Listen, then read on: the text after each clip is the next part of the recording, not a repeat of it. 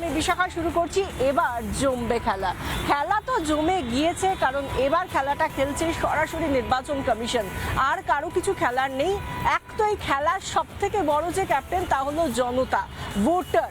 ভোটাররাই জানে যে কাকে তারা বেছে নেবে, কাকে তারা রাখবে, কাকে তারা রাখবে না। আর এর মধ্যে তাদেরকে সব থেকে বেশি সহায়তা যে করছে তা হলো নির্বাচন কমিশন। প্রত্যেকটা পদক্ষেপ আমরা দেখতে পাচ্ছি মেপে মেপে নেওয়া হচ্ছে, এবং সেরকমই একজন যে পদক্ষেপ নেওয়ার পরে যে চেঞ্জগুলো আমরা দেখতে পাচ্ছি, তার মধ্যে বড় একটা চেঞ্জ হলো যে চেঞ্জটার নাম হলো সিংহাম রিলের ভাষায়, আর রিয়েল লাইফে সেই আইপিএস এর নাম হলো অজয় পাল শর্মা। আমি আপনি প্রত্যেকে চায়ের থেকে হোক, বারান্দায় হোক, ঘরে হোক, দোকানে হোক, সব জায়গায় অজয় পাল শর্মা কে, কোথা থেকে এলেন, সবকিছু এখন এই মুহূর্তে দাঁড়িয়ে সবার আলোচনার কেন্দ্রবিন্দুতে এই সিংহাম আইপিএস অফিসার, যিনি প্রয়াগরাজের অতিরিক্ত পুলিশ সুপার হিসেবে কাজ করেন, এবং তাকে এখানে ডেপুটেশনে রাখা হয়েছে, স্পেশাল পুলিশ অবজারভার হিসেবে আনা হয়েছে নির্বাচন কমিশনের নির্দেশে। এহেন পুলিশ অফিসার, আইপিএস অফিসার, যখন তিনি গতকাল গিয়েছেন ফলতাতে তৃণমূল প্রার্থীর বাড়িতে, তার কার্যালয়, সেখানে তার সঙ্গে এসে, তার সামনে এসে দেখা করার মতো মূলত সেই জাহাঙ্গীর খান নামক ব্যক্তির ছিল না, যিনি আমার তৃণমূলের ফলতার প্রার্থীও বটে। তাকে তো পাওয়া যায়নি। তার পাড়ার লোক, তার সাঙ্গাত, তার ডান হাত বাঁ হাত, তার পরিবারের লোকজন সবাই আমতা আমতা করেছে, মিনমিন করে বলার চেষ্টা করেছে যে তারা কিছু জানে না।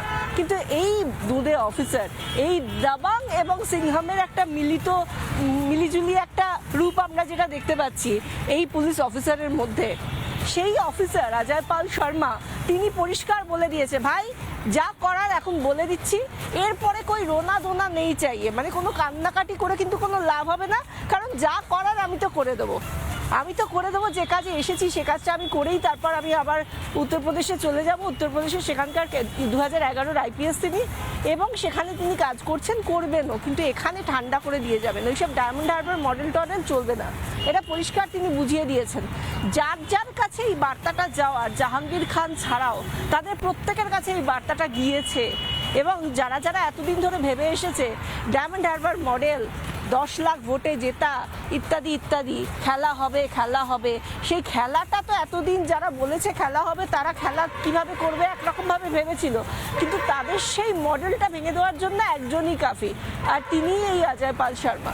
এই জন্যই তাকে নিয়ে এত কথা, এত কিছু, এত সমস্যা তৃণমূলের। কিন্তু তৃণমূল কিন্তু এবার যখন দেখছে যে না, এই ব্যক্তিকে তো সামলাতে পারছি না, তখন তারা গুন্ডামির আশ্রয় নিচ্ছে। গতকাল জাহাঙ্গীর খানের সঙ্গে দেখা করতে গিয়েছিল, জাহাঙ্গীর খান তো ছিল না। এবার জাহাঙ্গীর খান কি করছে, দলবল নিয়ে এসেছে, জয় বাংলা, খেলা হবে, ইত্যাদি ইত্যাদি স্লোগানের আড়ালে নিজে দূরে থাকছে। আর যখন গাড়িতে উঠে অজয় পাল শর্মা যাচ্ছে গোটা এলাকায়, যখন তিনি রুট মার্চ বা এরিয়া ডমিনেশনের পার্ট হিসেবে যাচ্ছেন, সেই সময় তারা গুন্ডামি করছে, অসভ্যতা করছে, সহ্য করতে পারছে না যে তাদের খেলাটা ভেঙে দিচ্ছে অজয় পাল শর্মা, সিম্পলি ভেঙে দিচ্ছে। এই খেলাটার জন্য তারা এবার গুন্ডামি করছে। এবার আর কোনো রাগঢাক নেই তৃণমূলের। দেখুন সেই গুন্ডামির ছবিটা।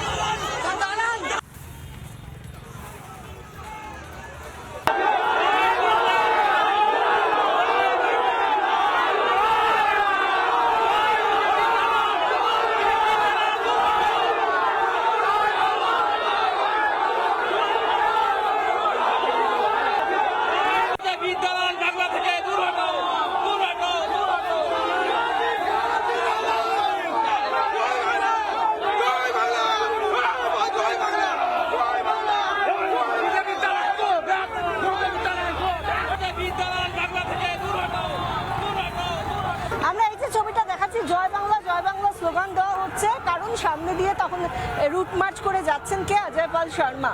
গতকাল রীতিমতো কোরকে দিয়ে এসেছিলেন, সবক শিখিয়ে এসেছিলেন, এবার তার পাল্টা দেওয়ার জন্য মাঠে নেমে পড়েছে জাহাঙ্গীর খান। কিন্তু আড়ালে আবডালে দেখুন পিছনে পিছনে যাচ্ছে জাহাঙ্গীর খান, গাড়িতে রয়েছেন তখন অজয় পাল শর্মা। অজয় পাল শর্মা যখন মাটিতে নেমে হাঁটছেন, তখন এই জাহাঙ্গীর খানদের দেখা যাচ্ছে না, তারা কোনো একটা ভিড়ের মধ্যে লুকিয়ে চুরিয়ে রয়েছে হয়তো। কিন্তু তার মধ্যে আমরা দেখতে পাচ্ছি, দেখে নিন, জাহাঙ্গীর খানকে আমরা একদম গোল করে ফিট করে দেখাচ্ছি, যেখানে দেখতে পাচ্ছেন যে তিসি পেছন পেছন যাচ্ছে জয় বাংলা করতে করতে, আর অজয় পাল শর্মা তখন গাড়ির ভিতরে, পাত্তাও দিচ্ছে না এই জাহাঙ্গীর খান বা তার সাঙ্গাতদের।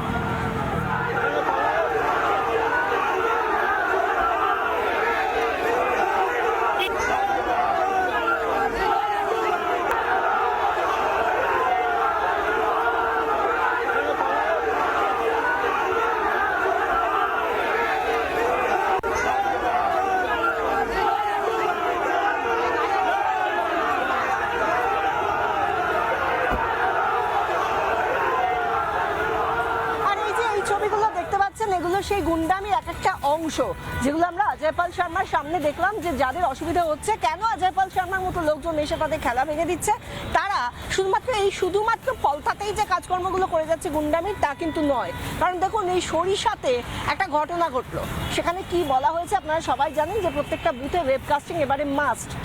আগামীকাল ভোট, তার আগে আজকে সরিষাতে একটি বুথে ওয়েবকাস্টিংয়ের ক্যামেরাই ভেঙে দেওয়া হলো এবং বিজেপির অভিযোগ তৃণমূলের বিরুদ্ধে। পরবর্তীতে আবার সিসি ক্যামেরা নতুন করে মোতায়েন করা হলো, সেগুলো লাগানো হলো। কিন্তু বিষয়টা হচ্ছে কারা ভাঙছে, কারা চাইছে না যে প্রত্যেকটা বুথে বুথে দক্ষিণ 24 পরগনার প্রত্যেকটা জায়গায় যেখানে আমরা দেখেছি যে ভোট লুট হয়, যেখানে ভোটারদের আসতে দেওয়া হয় না, বুথে আসতে দেওয়া হয় না, ভোটটা যাতে তারা দিতে না পারে, এবার সেই সমস্ত জায়গায় যাতে ওয়েবকাস্টিং বন্ধ করে দেওয়া যায়, সেই জন্য ওয়েবকাস্টিং ক্যামেরাটা পর্যন্ত ভেঙে দেওয়া হচ্ছে। এবং সরিষার ছবিটা আমরা এই মুহূর্তে দেখতে পাচ্ছি, যেখানে ওয়েবকাস্টিংয়ের ক্যামেরাটাই ভেঙে দেওয়া হলো। তারা চাইছে না মানুষের সামনে এই ভোটের পুঙ্খানুপুঙ্খ বিবরণ থাকুক, বা সেগুলো অন রেকর্ড থেকে যাক, যে কি কি কারচুপি তারা করেছে, সেই গুন্ডামির ছবিগুলো ইলেকশন কমিশনের কাছে বা নির্বাচন কমিশনের কাছে প্রত্যেকটা মুহূর্তের ডকুমেন্ট থেকে যাক, সেটা তারা চাইছে না। আর এর পাশাপাশি গুন্ডামির ছবিটা আমরা দীর্ঘদিন ধরে দেখছি এই ভোটের আবহে, যেখানেই বিজেপি প্রার্থী হোক, কর্মী হোক, তাদেরকে দেখা যাচ্ছে, তাদেরকে সামনে পাচ্ছে, তৃণমূল তাদেরকে ধরে মারধর করছে। সেই ছবিটা হুগলির বলাগড়েও দেখা গেল। সেখানে দেখলাম আমরা যে তৃণমূলের তরফে যেভাবে হামলা করা হলো, একজন বিজেপি কর্মী, একজন বিজেপি মণ্ডল সভাপতি বলাগড়ে, তাকে ধরে মারধর করা হলো, তার গাড়ি ভাঙচুর করা হলো এবং সেখানে তারপর প্রার্থী নিচে গেলেন বিজেপির, পুলিশ পরে গেলেন, পুলিশ এবং কেন্দ্রীয় বাহিনীর জওয়ানরাও গেলেন। এই গাড়িটা ছিল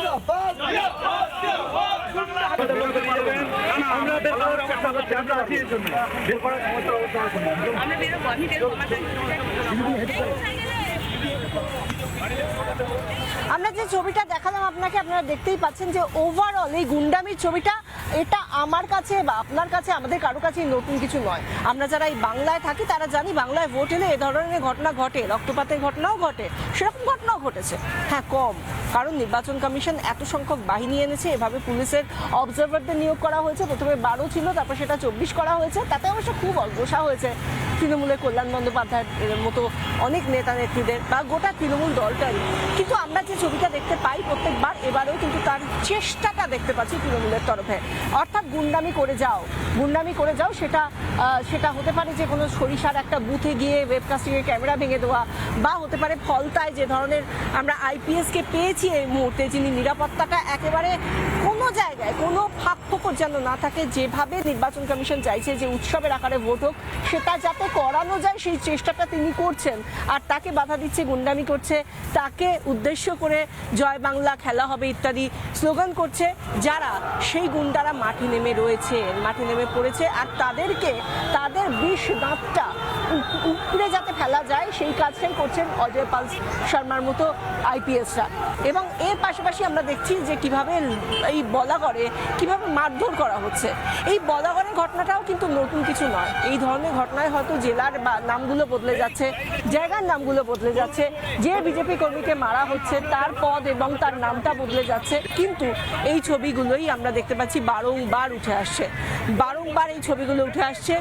অথবা আমরা যদি দেখি যে মেদিনীপুরের দিকে যদি চাই, একটু তাকাই, তাহলে দেখতে পাবো যে মোহনপুরে সেখানে রাজনৈতিক হিংসার বলি হলেন একজন যুবক, এবং যেভাবে গত 21 এপ্রিল একটা বাইক র্যালির আয়োজন করা হয়েছিল এবং সেই বাইক র্যালিতে আয়োজনে অংশ নিয়েছিলেন কে না এই যুবক যাকে খুন করা হলো। কিভাবে খুন করা হলো? তিনি গত 21 এপ্রিল এই বাইক র্যালির অংশ ছিলেন এবং তারপর তাকে তৃণমূলের লোকজন লাঠি ছোটা দিয়ে রীতিমতো এমনভাবে তার উপর হামলা করে, তার এমনভাবে আঘাত লাগে তাকে হাসপাতালে ভর্তি করতে হয় এবং তারপর সেই হাসপাতালে ভর্তি করার পর গত রাতে অর্থাৎ সোমবার রাতে তার মৃত্যু হয় হাসপাতালেই। এই ছবিটা আমরা দেখতে পাচ্ছি। আজকের দিনে আগামীকাল কিন্তু ভোট।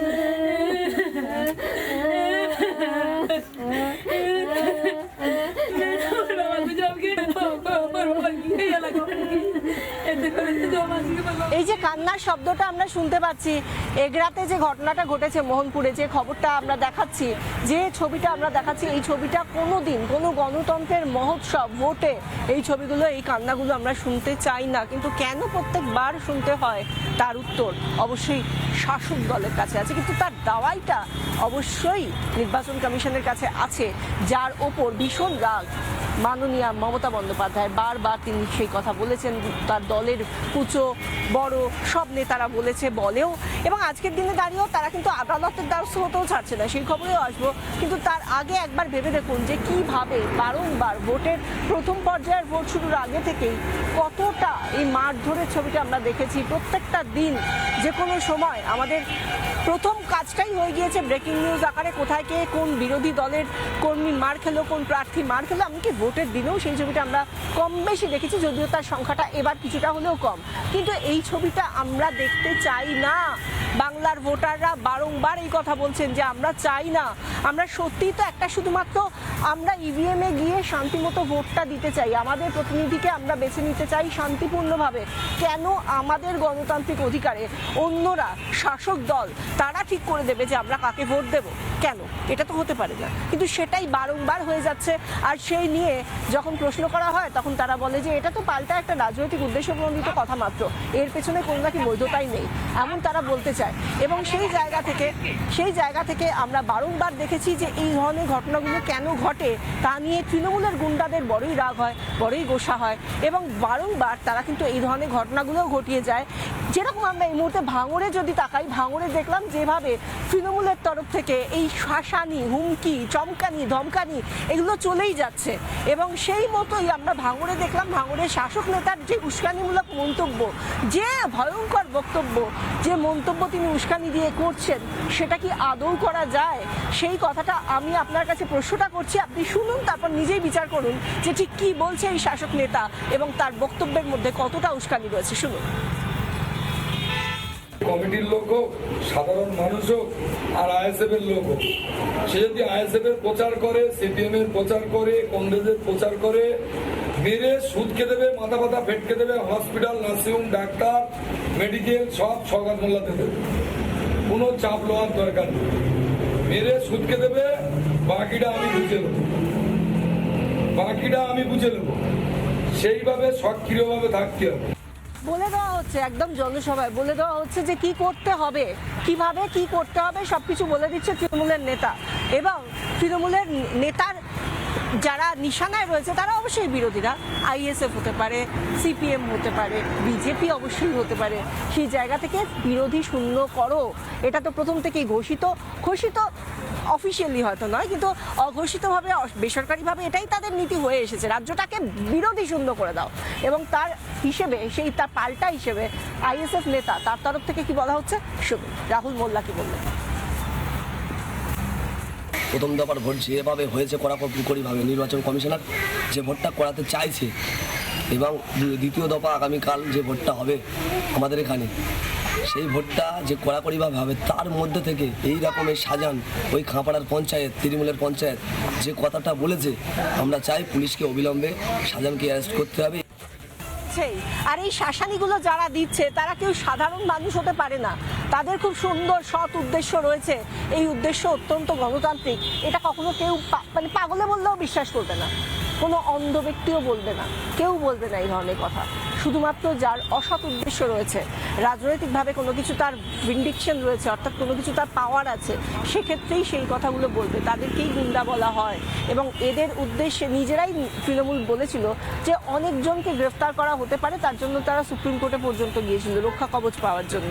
এবং এই ঘটনাটা যখন আমরা জানি যে এই নিয়ে একটা স্থগিতাদেশ দেওয়া হয়েছে, তার মধ্যে এবার কল্যাণ বন্দ্যোপাধ্যায় কি বলছেন আদালতে গিয়ে, তিনি বলছেন যে ইতিমধ্যেই যে কথা বলা হয়েছে আদালতের তরফ থেকে, তা সত্ত্বেও নির্বাচন কমিশন কেন দাগিদের নিয়ে এত কথা বলছে, তার খুব রাগ হয়েছে।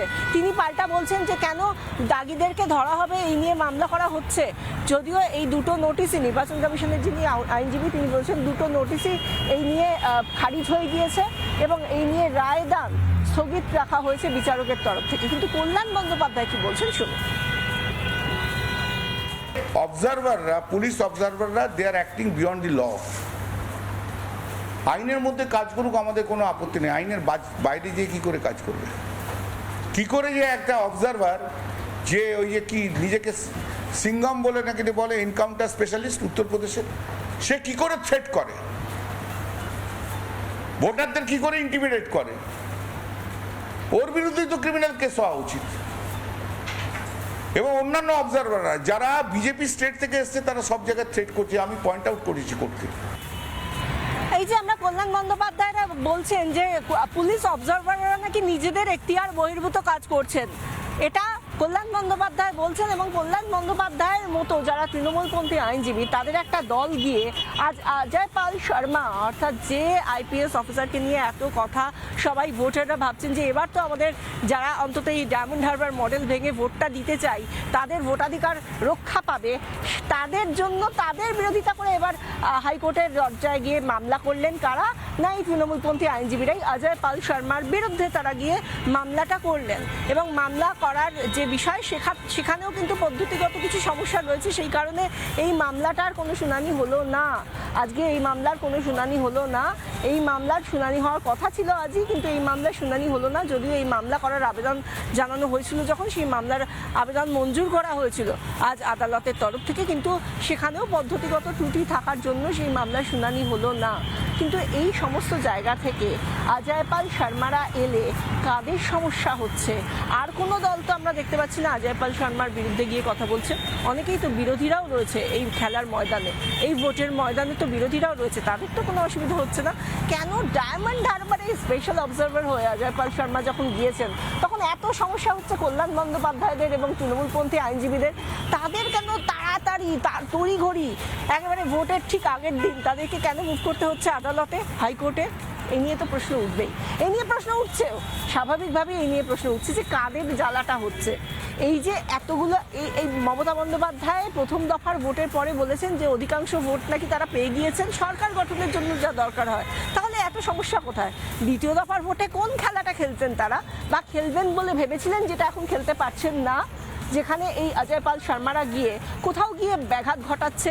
সেই জন্যই তাদের এত অসুবিধা, সেই জন্যই তাদের এত অসুবিধা যে তারা কোর্টে চলে যাচ্ছেন, কোর্টে গিয়ে তারা বলছেন, বা তাদের সাংসদরা গিয়ে এমন এমন কিছু কথা বলছেন যেগুলো অজয় পাল শর্মার বিরোধিতা করা হয় বা তাকে মেলাইন করা হয়। এই সমস্ত বিষয়গুলো তো থাকছে, কিন্তু এর পাশাপাশি আমরা আজকে যেহেতু আগামীকাল যেহেতু ভোট রয়েছে, সেই কারণেই কমিশন বেশ করা, এবং কমিশনের যা যা পদ্ধতিগত যে জায়গাগুলো আমরা পদক্ষেপগুলো দেখতে পাচ্ছি, সেগুলো স্বাভাবিকভাবেই উঠে আসছে। এবং সেই জায়গা থেকে করা কমিশন প্রত্যেকটা ক্ষেত্রে করা, এবং তারা যে যে বিষয়গুলো বলছে, দ্বিতীয় দফা ভোটের প্রস্তুতি এবং ডিসিআরসিতে যেগুলো চলছে, সেগুলো আমরা দেখেছি প্রত্যেকটা ক্ষেত্রে। ডিসিআরসিতে ভোটকর্মীরা যা যা সরঞ্জাম, সেগুলো সব নিয়ে তারা চলে যাচ্ছেন যার যার বুথে, সেই সমস্ত বিষয়গুলো আমরা দেখতে পেয়েছি।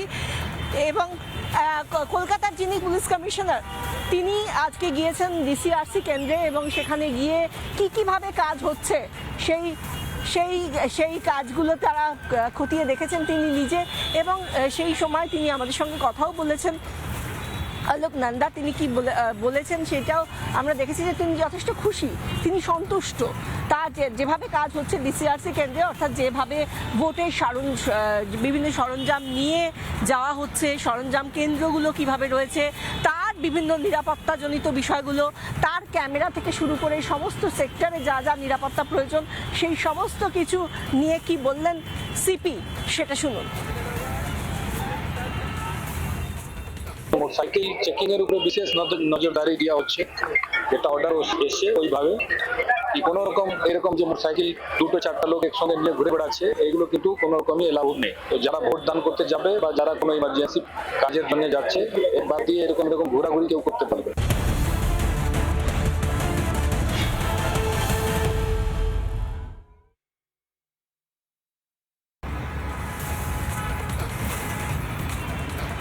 এই মুহূর্তে দাঁড়িয়ে গুন্ডা দমনে যে রীতিমতো তৎপর নির্বাচন কমিশন সেই সংক্রান্ত একটা বড় ব্রেকিং উঠে আসছে। গত 60 ঘন্টায় প্রায় 2500 ব্যক্তিকে গ্রেফতার করা হয়েছে। প্রায় 2500 এমন ব্যক্তি যাদের নামে অভিযোগ রয়েছে তাদেরকে গ্রেফতার করা হয়েছে প্রায় 2500। সেই সংখ্যাটা এরকমই। আমাদের সঙ্গে সরাসরি রয়েছেন আমাদের প্রতিনিধি অনুপম পাত্র। অনুপম, প্রায় 2500 জনকে গ্রেফতার করা হয়েছে।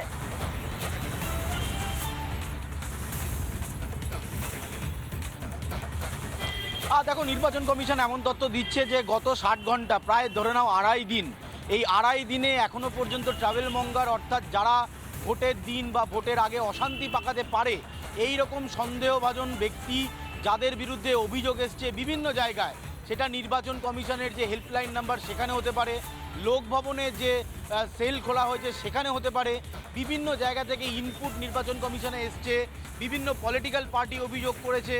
এই সমস্ত অভিযোগের ভিত্তিতে ভোটে অশান্তি পাকাতে পারে এরকম ট্রাভেল মঙ্গার যারা রয়েছেন তাদের চিহ্নিতকরণ করার কাজ হয়েছিল এবং কমিশনের তরফে এই মুহূর্তে যেটা বলা হচ্ছে 2473 জন, আবারও বলছি 2473 জনকে গ্রেপ্তার করা হয়েছে অফিসিয়ালি জানাচ্ছে নির্বাচন কমিশন। কমিশনের তরফে বক্তব্য হচ্ছে এই যাদেরকে গ্রেপ্তার করা হয়েছে, যাদেরকে আইডেন্টিফাই করা হয়েছে তাদের বিরুদ্ধে স্পেসিফিক অভিযোগ এসছে, কখনো হেল্পলাইন নাম্বারে। এই পদক্ষেপ গত 60 ঘন্টায় 2473 জনকে গ্রেফতার করেছে নির্বাচন কমিশনের নির্দেশে পুলিশ। ধন্যবাদ অনুপম।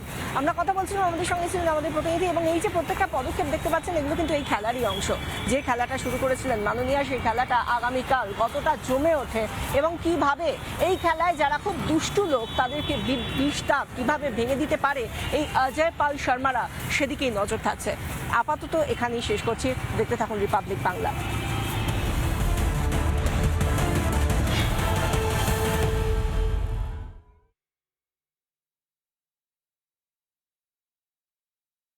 নানা ধরনের কন্টেন্ট দেখার জন্য লাইক করুন, শেয়ার করুন আমাদের ফেসবুক পেজ, সাবস্ক্রাইব করুন আমাদের ইউটিউব চ্যানেল। পাশাপাশি অন্যান্য ব্রেকিং নিউজের জন্য অবশ্যই চোখ রাখুন রিপাবলিক বাংলায়।